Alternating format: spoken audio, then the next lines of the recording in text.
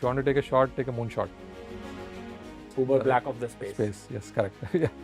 India's latest unicorn of the Skyroot fame joins us, Mr. Chandana. Welcome to Times Network. We have launched India's first private rocket to space. We're just about to launch India's first private orbital rocket. It's already at the launch site. Yeah. Crash or you explode. There are only two ways out of it. Yeah, for example, SpaceX is more like train to go to space, and we are more like a cab to go to space. I resigned my job and then told my parents. No. COVID hit, and then it made it worse, and then investors the priorities changed. Space travel should become as regular as air flight.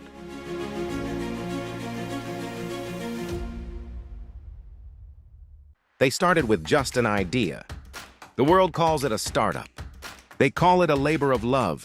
Some burned out, some broke through, but every single one had a story worth hearing. This is where founders speak without filters, where investors reveal what they actually look for, where failure is just another chapter. Because no matter where the journey takes you, you're always asking the same question: what next? Ladies and gentlemen, it's not every day that in a nation of around 1,200 million people, you sit across one who is amongst just 120 and India's latest unicorn owner, founder, Mr. Pawan Chandana of the Skyroot fame. I can say that much now, Skyroot fame. Okay. Joins us. Mr. Chandana, welcome to Times Network. What a phenomenal success, I must say, that possibly first unicorn coming out in India from the space of deep hard tech, and that too in the space sector. What a phenomenal success. Yeah, I mean, it's a long way to go. It's a good beginning, I would say. Yeah. But how did it all come along? No, good. I think, so when we started off, we didn't know what, literally, if you see, all the odds of success were very low. And because there was no policy, there was no funding environment in India. When we started the company in 2018, there was no talent in the private sector to build like hard tech, really, deep tech, hard tech, right? So it felt that, and also people think that rocket science is so difficult that, startups may not be able to do it, right? It's the part of the governments or very large, something out of the some other country, maybe US billionaires will do, kind of, right? So that was the thought process. And so I think very happy that we have come a long way. We have launched India's first private rocket to space. We're just about to launch India's first private orbital rocket. It's already at the launch site, the rocket, and it's going to take off in a few weeks now. So it's a very exciting journey, and I think really India has enabled us to do it. I would say like the ecosystem, the people, the government, the policies have opened up. Everything, a lot of things happened in the last 7 years, which has enabled us to do our journey. And good that though unicorn is more like a number which is exciting to media. but Not exciting just to the media. It's to everybody, yeah, maybe, yeah. Unicorn is exciting for everyone. Yes. Valuation is exciting to the founders as well. Okay, yeah. But I'm sure it motivates you to do well. Yeah, no, but I don't take it to the head much, because more on the more on the mission for us at Skyroot is to open space for all, and we're in the very early phase of it. So down the line, we want to start with, of course, launching of satellites. Then so space travel should become as regular as air flight. That's a nice one. That's a good one, actually. But tell me something. It started in a garage. Yeah. Started in a garage, and Yeah. And frankly speaking, rocket science is indeed rocket science. Yes. It's not. See, look, because the fact is that if you fail, you just don't fail. You crash. Yeah. You literally crash. You or explode. Explode. Yeah, that's the right word. Yeah. I was coming to that. You crash or you explode. There are only two ways out of it. Yes. And that possibly could have also been the fate of the startup. Yeah. Right? Yeah. If you see, like, almost like a majority of the startups fail. Very few startups succeed. And India has, I don't know, maybe 200,000, 300,000 startups. There are only 120 unicorns. right? In deep tech, hard tech, hardly any, right? So, That's you know, what. we emerged as a new one in this. So that way, I think the success rate is extremely low because it's so tough. And that too, rocket science is like the toughest epitome of it. So I think, yeah, I've been quite grateful that we have come so far, and we're getting good traction. And then, like, you know, so we have a lot of exciting launches coming up, right? So, and in fact, it's a global market. Just see a deep tech product coming from India for a global market, right? It's a very rare scenario, and really proud of doing what we're doing, and very excited to what lies ahead. Yeah. Again, as I said, it's extremely rare, that in a country of 120 million people, 120 unicorns, one unicorn, and possibly the biggest fund managers or possibly the biggest funds globally Yeah. are queuing up, are lining up to invest in your company.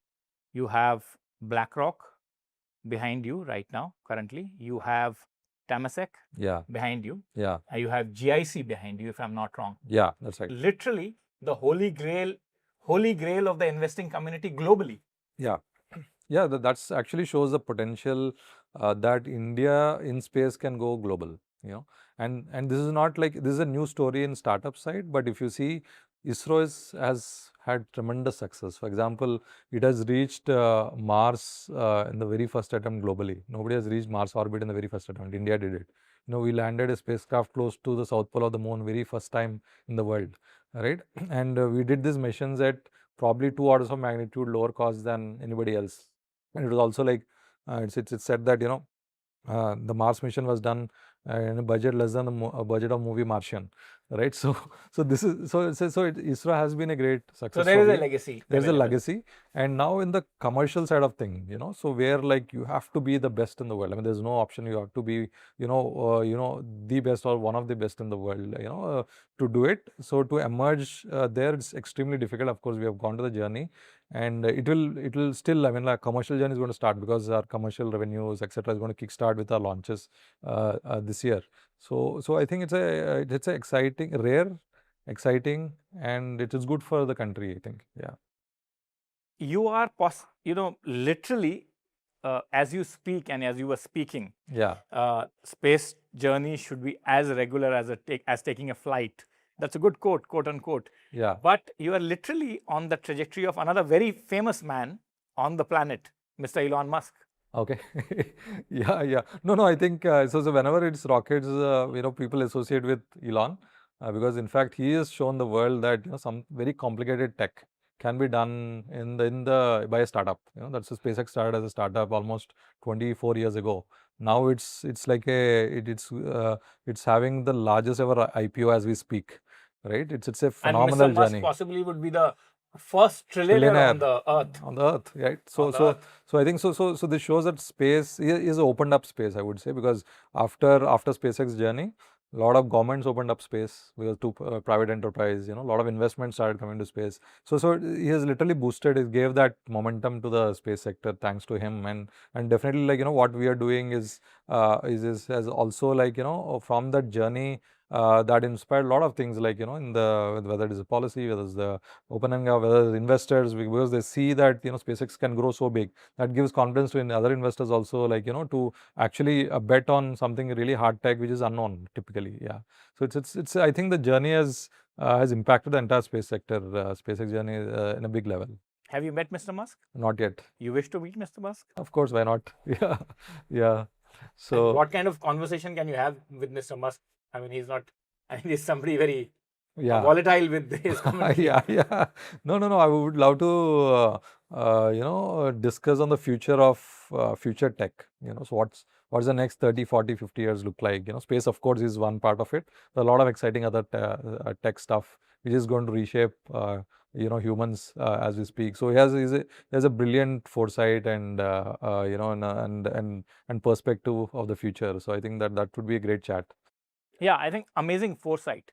Yeah. Amazing foresight. I would say that for somebody as young as Mr. Musk, quarter of a century back. Yeah, correct. To go to a sector, again, hard deep tech, and showcase to the world that this is also in the realm of possibility. Correct. is amazing foresight. Absolutely, no doubt about it. And also, in fact, and also like now AI is the new frontier, right?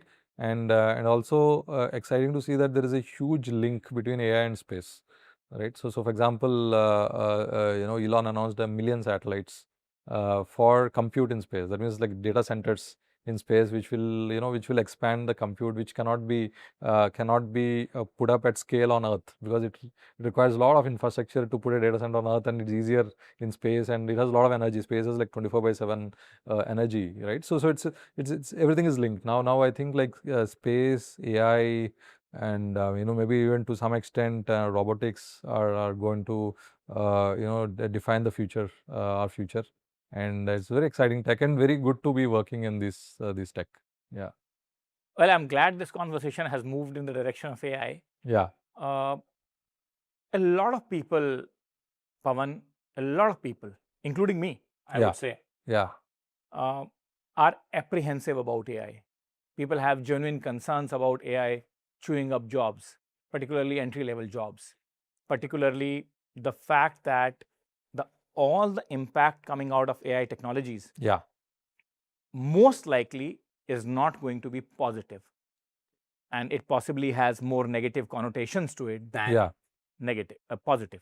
So what do you I mean, how do you fathom it? Yes. So I'm a little bit more optimistic on this, because I'm a very curious observer, follower of all the AI movement which is happening, and then I believe that significant reskilling needs to happen for sure. I mean, like as it is, the workforce will not be there. Definitely, like you have to reskill in a different way. But I think like there's a massive opportunity to do 10 times, 100 times, of what we are doing today with the same set of people, So that's the beauty. I mean, like, so that means like you can create more output from what we have by reskilling and being able to use AI, as a tool, right? And recently I saw one, podcast or an interview of Jeff Bezos. I really liked the metaphor which he used. So if we are actually, for example, if you are digging the land or with a shovel, digging the earth, digging the earth with a shovel. Yeah, you've seen that, I think. Yeah, so then no, I haven't seen that. Digging the earth with a shovel. That's what we are. If we, let's say today, if you see, that's what we are doing. Let's say, and then now you got a bulldozer. Or a JCB. Yeah, or a JCB, right? So that's what AI is, right? So you can do things faster, better, bigger. But in the process, would there be a human cost? Is possibly a challenge, right? Yeah. No, I think like people, significantly a lot of jobs, I mean, a lot of ways of working will get disrupted by AI. A lot of things. So just that we have to be agile enough. So generally, as humans, right, even as we build a company, we have to be very agile. That's for example, what a startup and what a very large corporate, right? Startups are very agile. That's why they're able to move fast and they're able to scale fast, right? So you need to change to the wind, as quickly as possible. But humans are generally very slow, right? With change, that's what makes many companies challenging, right? Many companies die down because of they can't do the change. Same way, I think now it's at a humanity scale. This risk is there, where like a lot of things which we traditionally do will disappear, probably some in weeks, some in months, some in years, for sure, right? So it's just like we have to move ourselves towards it, but I'm very sure as a whole community, our output is going to grow. I mean, GDP is going to grow bonkers going forward, because AI is going to revolutionize almost anything and everything going forward, and then you can create more output from what we have. And do you think the future of job itself is in peril, as jobs as we know them today, like a traditional 9-to-5 job that we know today, is it itself in peril? No, I think people should be still be hardworking for some time. Just that they'll be doing in a different way than what it was before. So it's just like now it's an adjusting time. Now you will see, like next 1 year a lot of adjustment will happen, and then but we evolve, like if we like, for example, COVID also, we have survived by evolution. Yeah, we have survived by evolution. So I'm sure like we'll do better. That's why I think the positive outcome of it is that AI will be used as a good tool. But definitely there should be debate happening about like AI going out of control. So that's definitely a concern and debate. But using AI for the benefit of humans, for like pushing the boundaries, and as an economy growing faster, is definitely going to happen. And we have to just restructure ourselves towards this. It's like what I think Anthropic CEO or somebody called it a tsunami. Which we are not seeing. Job tsunami is coming. He said, tsunami across. That's actually one podcast that I have watched, part of it.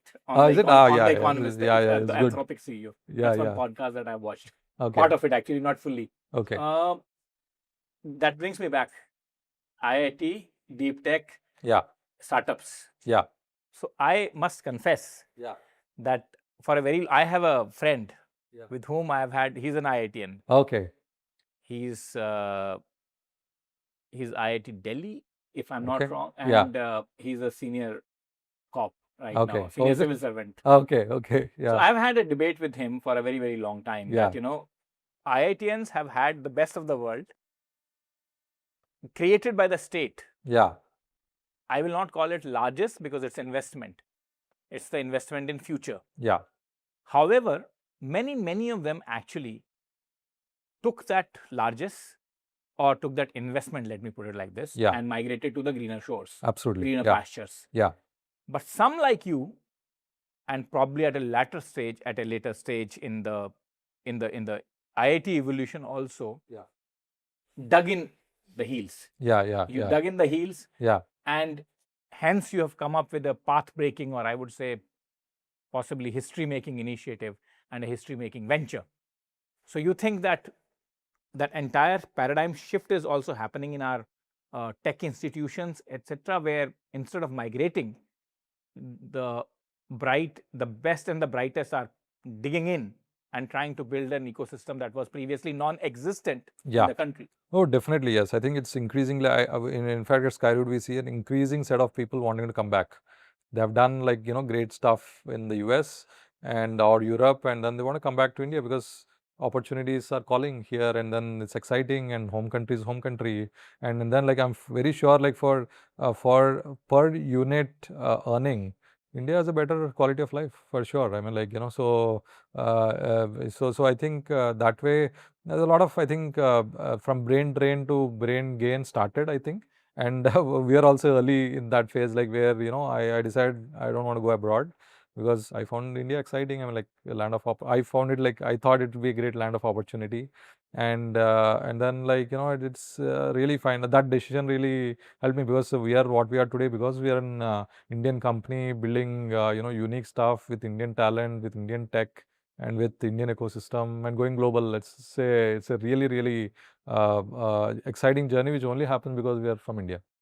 And because you are from India and building unique stuff, you said. So what unique stuff are you building? In terms of your carbon technology rockets and cost-effective rockets, what are you building? Yeah. So see, firstly, actually building a rocket itself is unique because there are hardly any companies globally, who are regularly launching to orbit. So very lower single-digit number of building and then launching to rockets. Launching rockets to orbit. Those are all government businesses. No. Like private companies are lower single-digit in the world, like SpaceX. There are a few other. Principally the government. Government also they'll have few rockets, few launches happening, right? So it's if you see the very few in the private sector, very few people doing it, and private sector is the majority of the launches today. Yeah, because I think mostly it's driven by commercial applications and mostly by communications and so several commercial applications, and it's highly driven by private today. And just launching a rocket to orbit itself is very unique, number one. And among that, we are I would say unique in a way that we're building a full carbon composite rocket. It's built with carbon fiber composite. It's the lightest. From the regular steel, it's 20 times lighter. And what is a carbon composite rocket? Let's say try and explain it to a common ordinary listener or a viewer. What is carbon? So just think about strands of hair of carbon, made of carbon, right? And they have so much strength, and but they are threads. But when you put them with a resin, and then there's a chemical process when you do it, it becomes so hard. It becomes stronger than far stronger than steel and so light. So that's the beauty of the technology. And then it is aerospace. We are pushing the limits of carbon fiber wherever we see. For example, many of the new flights Airbus, A350, and even the Boeing 777 and all that. A good portion of it is carbon composite now. So it's like it's changing our lives today. Because it's efficient, lighter. Especially whenever you launch a rocket, lighter is better. So that is one thing. In fact, we are building India's first all carbon fiber rockets. India's first. India's first in the space sector. We are doing it, and then we already launched Vikram. There's also again all carbon fiber rocket which we launched in 2022. Already did it. It was a successful flight.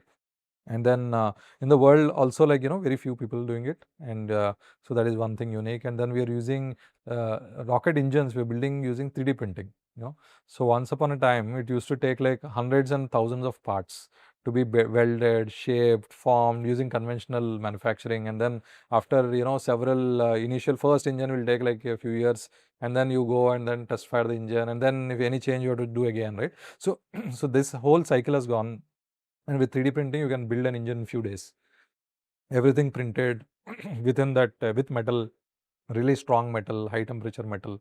You can actually build rocket engines in few days. So from several months to just a few days is what the cycle time of reduction. There is another tech which we are using widely, and several other things, like so everything we are building as much as uniquely as possible. Electronics, we are miniaturizing it, So overall, we're building more efficient rockets. And then Vikram-2, which is our next rocket. What is this obsession with the name Vikram?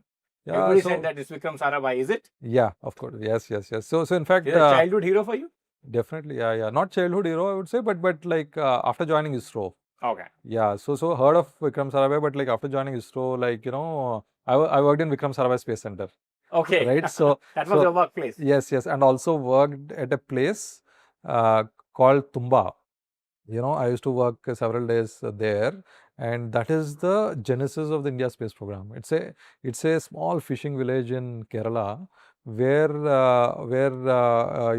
Vikram Sarabhai started launching the first rockets of India. Because it's very close to the magnetic equator, so it is good for scientific experiments.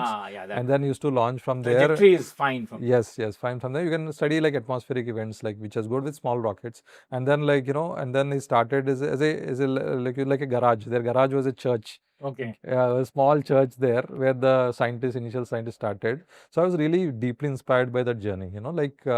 How can India in 1960s, early 1960s, start a space program? Just imagine India. Very few countries in the world to do it. Actually. Yeah, today we are like top 5 space nations in the world because Dr. Vikram Sarabhai started the space program in 1962 and created a culture in the scientists, that scientific rigor and that temperament in people to aim big, do big things. And then today's ISRO is like among the top 5 in the world, space agencies in the world.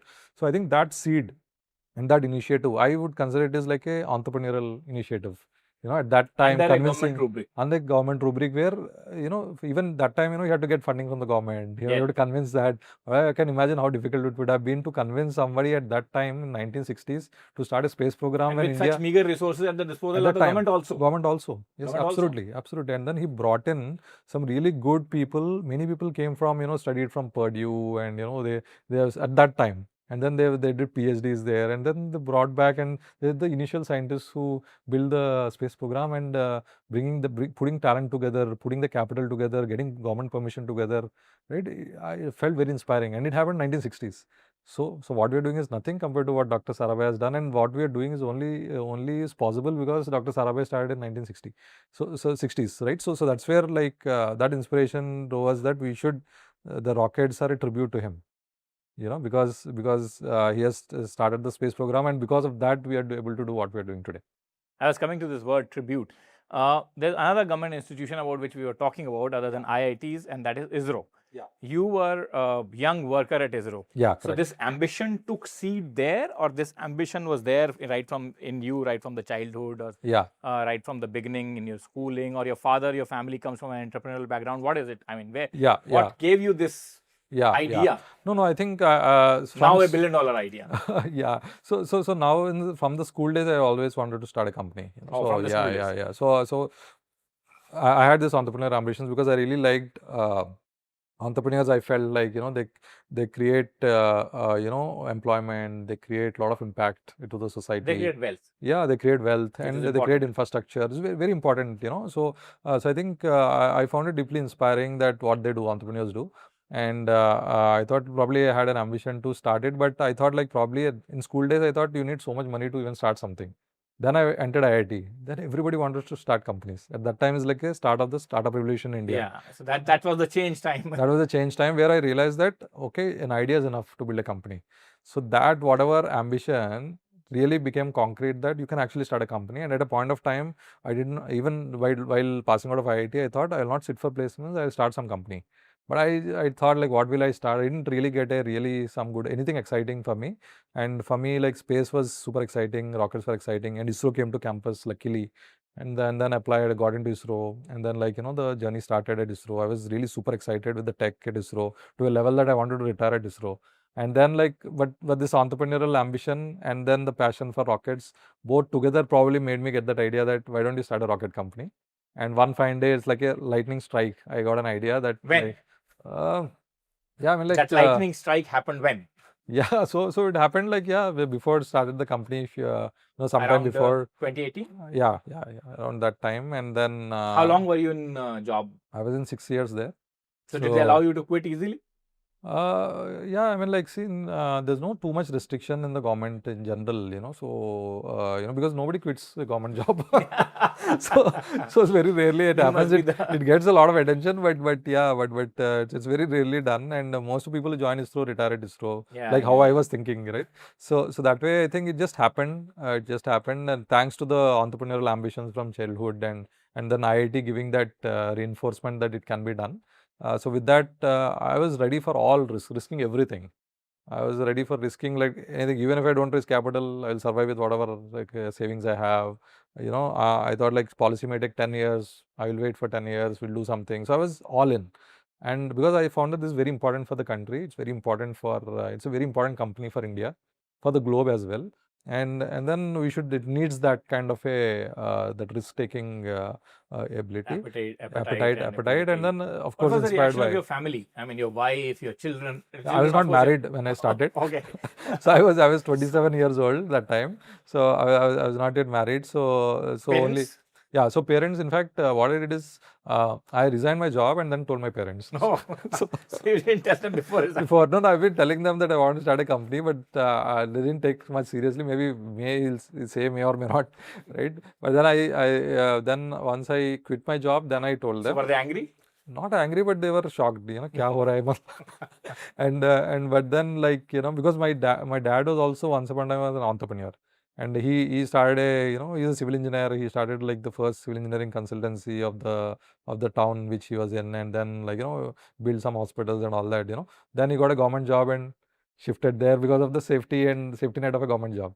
I did the reverse, So Okay. took You quit the safety net. quit the safety net and started this. And yeah, so they're not.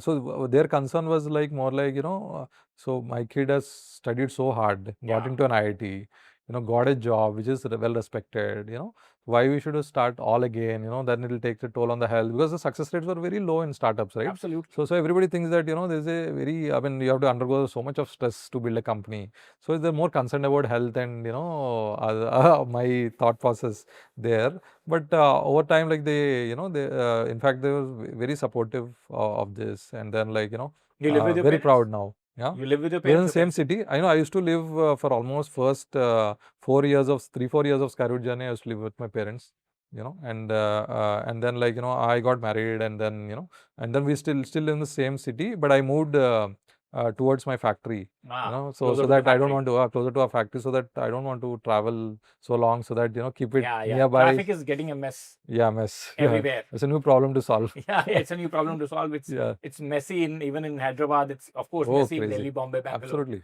No, you'll not believe my house to my office that time. That time we didn't have a factory. We were like a small design office. It was only 6.5 kilometers. It takes me 1 hour. Now? No, that even now. Oh. Now probably more. So that was like the highest traffic zone, which my house to office was there. And then when we had created a factory which was more like closer to the airport, I thought like I don't want to travel, so let me get a house closer to, and then like, it's 15 minutes away, so it's great. Okay. Yeah. So I mean, your wife married you when you were already running Skyroot. Yeah. So she has been always with you in this journey. Yeah, She's a yeah. doctor She herself. knows. Yeah, correct. She knows. In fact, we got married when Skyroot was very small, hardly anything.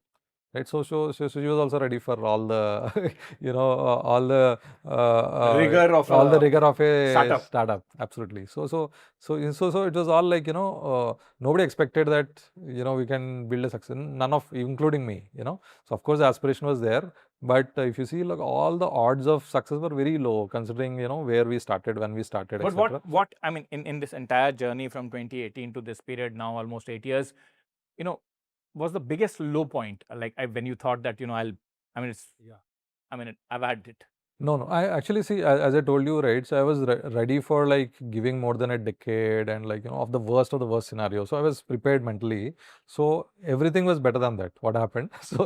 But still there was a low where during COVID we were raising a round. Our whatever seed capital we were raising was almost getting over, and we almost had few months of capital left. And then, like, COVID hit, and then, like, it made it worse, and then investors were priorities changed. That time still no policy indications, etc. So I think this was a very, very tough phase where we thought maybe, like, everything is going to break down. So, but luckily, like, I think really good investors have joined in at that time, at the right time, at right place.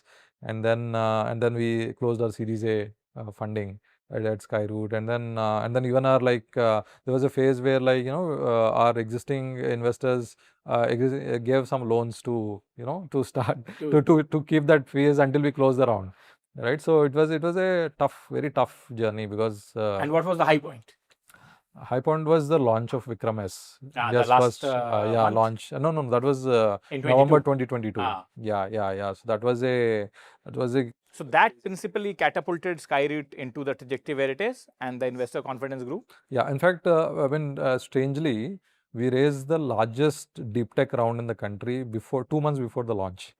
Yeah, so that's, I think, a very, very interesting scenario, Yeah. because any typical investor would wait for the launch to take such a big bet. Why did they take this bet on you? Because they believed that, so the launch is not, it's a very long journey, So no milestone is a testament of greatness for the company. It was a proof point. So they came, they spent time with us. They found that, there's really good stuff happening there. So eventually, so they believed that the first launch will succeed, which happened. So they're early bets. The best investors are the people who take early bets. Yeah. Early bets. Early bets. Yeah. So that also helped you get an even better value, for an invest also, So, and then, like, when you detect something of your own, right, you discover a new company which has a lot of potential, right? After the proof point, there'll be, like, more options. Of course. Right? And then the cost of capital goes up. Goes up. Yes. Cost Goes of up. investment goes up. Yes, correct. So do people compare you to India's SpaceX or Mr. Elon Musk? No, we get that a lot of, that India SpaceX kind of a thing. But then, we need to actually can't do the same thing as what SpaceX is doing. So what's the difference? Yeah, for example, SpaceX is more like a train to go to space, and a train to go to space, and we are more like a cab to go to space. For example, SpaceX is a big rocket. You collate, like, all the customers together and put into regular orbits, which most people want to go. So it's like space travel. Yeah. So no, they are, like, into satellites launching right now. So they launch multiple satellites together into common orbits. So what we do is that we are like a cab. If you want to go to a specific location in space, instead of booking a train, you book a cab. Like, for example, if you want to go to your friend's place, you book a cab. You don't book a train. So you are like different markets. Yeah. You're a different market. So that is more sort of a mass market. Ours is more like a niche market. More like a niche. Yeah, that's the starting today, and of course we'll grow to wider markets you are like as we go. Uber Black of the. Yes, we are like the Uber to go to space. Uber Black of the space. Yes, correct. Yeah. So, but do you get often compared to SpaceX? Oh, definitely, yeah. Because, see, anything rockets get compared to SpaceX or Elon. So this is a very common thing, because the impact of that has been so high. Yeah. So you like the comparison? Not really, because, see, I mean, they had a different journey, and we have a different journey, right? Because, for example, so as I told, our product offering is different, theirs is different. We started at a different time. It possibly would be much easier, I would assume, that for a tech company to raise money, or for a tech company to, sort of position itself Yeah. in the United States of America compared to India, right? Correct. So if you see, like, Elon has invested $100 million of his own money in starting the company. For us, it took like how much? 5 years to raise $100 million. So it's like that. So this is a completely different journey. So I'm not a billionaire. So You'll be a billionaire soon. the company is $1 billion, which is a long way. But anyway, I don't think about that thing because the mission is to actually open space for it. It's a long journey. I mean, it's a very early phase we are in, and but it's a very exciting, like I mentioned, it's a super exciting journey. And yeah, so it's a completely different paths. And we started in 2018. By the time space is already 16 years old, right? So we are chartering our own path in the time which we started. So we are so it's a long way to go. It's a different journey, but I think SpaceX inspired the whole space sector in general, right? So everybody has an influence of SpaceX to some extent. And you think that the technology that is coming up both in the rocket sector and obviously upgradation of technology, Yeah. or the or the use of the technology like you are making, Yeah. that is only going to intensify and make space something of a, like, space today is completely beyond even the comprehension of educated also. Forget about the common man. Even the educated, Yeah. it's not a common rigor or common word in their everyday lexicon, everyday dictionary. Yeah. Is it going to change? Absolutely. Like I mentioned, the dream is to make space flight as regular as air flight. Yes. So today we are nothing close to that. So just imagine we're sitting on a rocket and safely traveling to space. But is it realistic? Definitely realistic. Absolutely. It's going to happen. That's what our quest is. And then, it takes time to evolution. For example, if you see 1903, the first aircrafts took the Wright brothers took those first rides. Yes. Now you have hundreds of thousands of flights every day, right? So it took like that 123 years, to get there. And space has just started recent. Space, the first satellite of the first rocket which launched the satellite launch happened in 1957.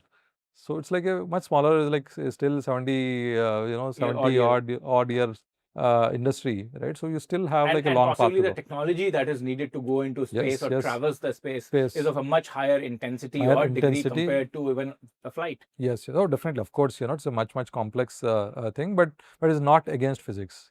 So it's like, possible. It's possible, totally possible, because I am from the industry with this tech for a long time. So I'm fairly, it will just take time for iteration, time for more and more polishing. But it's within the physics to beat Earth's gravity, and then on a regular basis break this, what you call as a chains of gravity, and then become a spacefaring civilization in a very big way. This is definitely going to happen in the next 2 decades. Physics, since you talk subject science, let me take you back to IITs. Yeah. IITs expansion has happened. Yeah. From the initial 5, now there are many more. Sure. Yeah. But somehow the newer IITs Yeah. have not been able to make a mark. And also apart from that, the existing IITs also are facing some bit of a, let's say, status quoist challenge. Yeah. Do you think a new approach or a new thought or a new thinking is required in the way how we see the deep tech education, science, and IITs being the flag bearer of that in this country at least? Yeah, no, absolutely. I think with the AI wave, I think the traditional ways of education, including across any institute, if you take, I think still, I mean, it could get outdated going forward. You need a complete change of strategy, change of thought process, change of how we learn things. For example, if you see the best people are self-learned. Always consider the best people. You don't need a college degree. You don't need this thing. So mostly, mostly, and then also like you can learn everything at fingertips today. Right, with AI, right? So yesterday, when you have to dig so much through Google that the search you get what you want. Now it's just like you ask exactly what you want. You get so much comprehension coming. You can learn so quickly, so fast, new ways which can actually make So there's always how we absorb things, right? So AI, there's a lot of AI tools coming to make you optimize for absorption, and then give the content the way you want. You can learn very fast, and things are changing like next level. And so even engineering can be learned like by ourselves. So what typically IIT should do is like create an environment to create a lot of sparks of entrepreneurship, for example. A lot of people should eventually build companies, for example, right? So how to create that ecosystem where people will start companies, number one, and ecosystem where people will solve real problems. So they learn and then they solve the real problems. Like the problem of traffic. Yeah, exactly. Yeah, IITs should solve that problem, right? A good set of people should come together, just break their heads and let's touch their mind and solve these problems. They're the people who can do it, right? And then so that's exactly the how to tap the potential. So, for example, if you see the IITs, what is unique is that if 4 lakh people, I don't know now how many people are writing the exams. At my time, like 4 lakh people write the exam, and a few thousand number people would have surely gone up. Gone up crazy, right? So only like few thousand get selected, right? So there's huge filter happening in the country. So you're like for so much competition. So you have to be like among the best, top brass, right? So already you had that training. Now that there's so much potential energy, right? So now the IITs should convert that into real kinetic energy. So I think that's probably need a shift not only in IITs. I mean, any whole education system.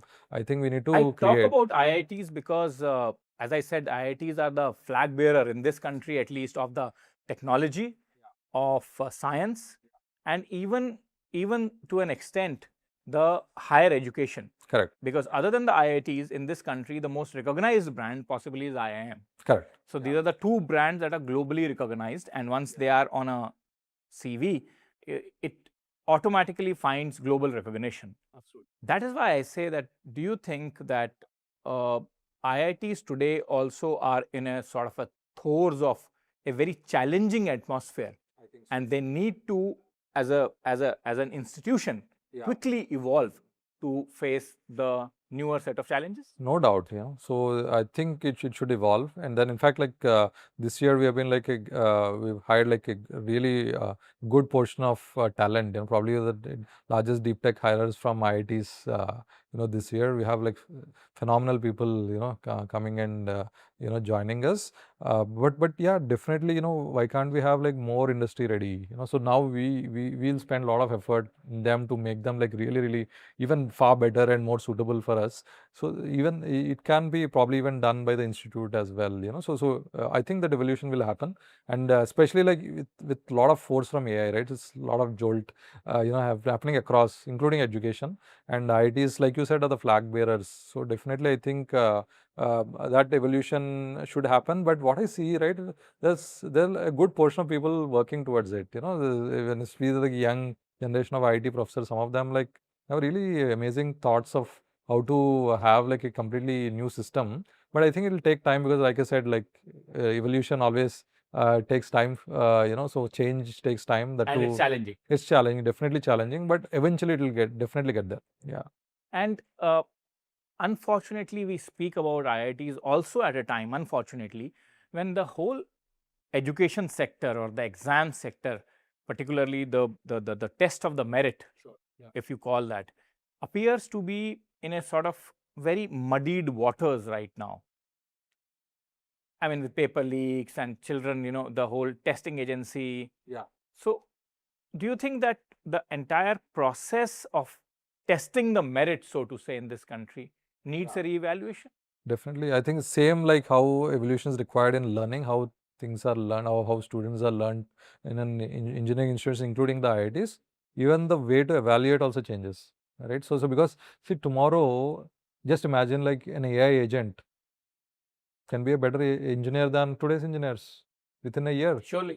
So it can, right? And a lot of jobs, for example, coding, it's being can be fully done by an AI agent far better than evaporated, right? So the examination process should also evolve very quickly, as quickly as like AI is evaporating, skill sets, right? So now there should be like a real debate on what are the skill sets which are required in a AI driven humanity, AI driven like world. So where like people have to use, they should be like so literate on using AI as a powerful tool to do 10 times more, right? So what skills are required for people to build that, right? So and then what happens is that people become architects, so architecture level thinking, connecting things which probably even AI can't connect, right? These becomes more important than like, a data skill on various areas, right? So testing on those things which can be done by AI is anyway not useful, right? So then fundamental thinking, like going, insight, right? So these are things I think we should check how people are, then even the spirit of how like thinking big, solving bold problems, Taking risk. taking risks. These are the things which needs to be tested. That's exactly what is required, right? So because a lot of generic, even highly intellectual stuff can be done by AI.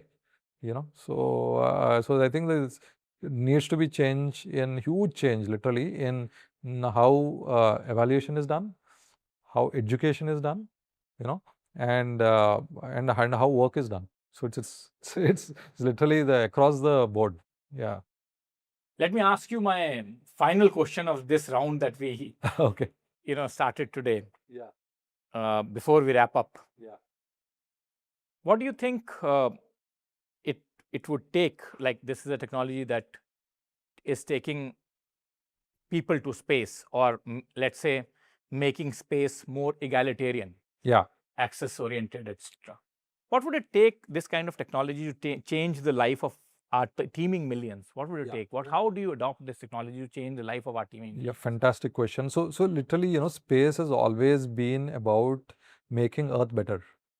For example, if you take your mobile and go for a signal, right, terrestrial signal, connectivity signal, you'll only get signal only in the 90%, only in the 10% of the Earth's area. So other area is only connected with satellite. Even today, like whether you have so much trade happening over the oceans, everything is connected by ship. There's a lot of remote areas, a lot of things. So this connectivity of the world is highly linked to space even today. And GPS, we can't live without GPS. Then you see like dish at our home for the TV. So all comes from space. So it has all, and weather reports, it comes, the disaster management. Right? So space is in the fabric of everyday's life today. And in the next 10 years, it's going to be far, far higher. So billions of people are going to get connected with very high speed internet from space. For example, Starlink is a great initiative, right? So there are like multiple, constellations like that, which will give super high bandwidth internet at low cost directly from space. Just imagine the internet, how the power of internet, to billions of people is going to transform lives. So that is one. And then, like I said, AI is transforming lives. And the way to scale AI, to a level where like you need more compute every year. Like, you have enterprise, applications coming up, and a lot of things will shift to AI. So you need a lot of compute. So that compute requires a lot of energy. And space has like huge energy, like from the sun, 24/7, right? So harnessing that energy from space and then using it for compute for making lives better on Earth here is another big utility of space, which is going to happen. And then of course there is 24/7 monitoring of the Earth. The Earth needs to be protected. So Earth can be observed using Earth observation satellites. Right now over 1,000 satellites exist in space. That will get into tens of thousands in the future. You'll have like continuous observation of Earth, which can be used for agriculture, used by fishermen, for identifying the fish. It can be used for like urban planning. It can be used for building smart cities, right? So space at all, overall, so the fascination we think about space is that traveling to space. But it is actually, the applications of space by a satellite is affecting our daily lives on a regular basis with GPS, television, communication across the board, and is going to happen now AI, and it's going to happen more and more every year. Yeah. And my last, not a question to you. Yeah. But last point with you is, what is your message for today's youngsters?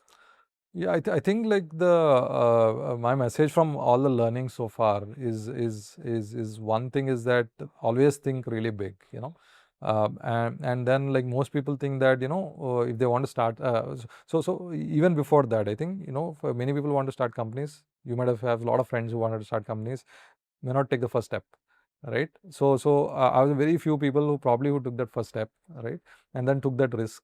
So most people stop at like taking that step, even though they are so phenomenally great, right? So that step is 50% journey done, right? So taking that first initiative is one. And when you start something, you think really big, so even when I started I thought I'll start something, make money, and then start maybe a rocket company. I thought it's too difficult to build a rocket company.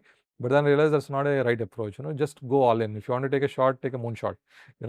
So think big, and then after thinking big and starting, whatever your area of interest, what is the biggest problem in the world in that area, which aligns your passion, you go and attack that problem or go all in after that problem.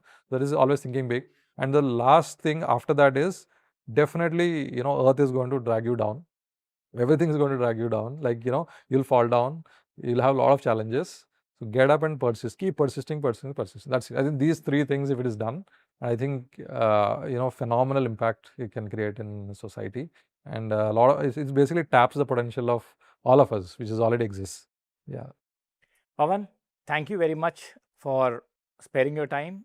Thank you very much for coming to Times Networks studios. Thank you very much for sparing your thoughts. Thanks, Nikunj. Thanks a lot. Pleasure. It was pleasure chatting with you. Thank you.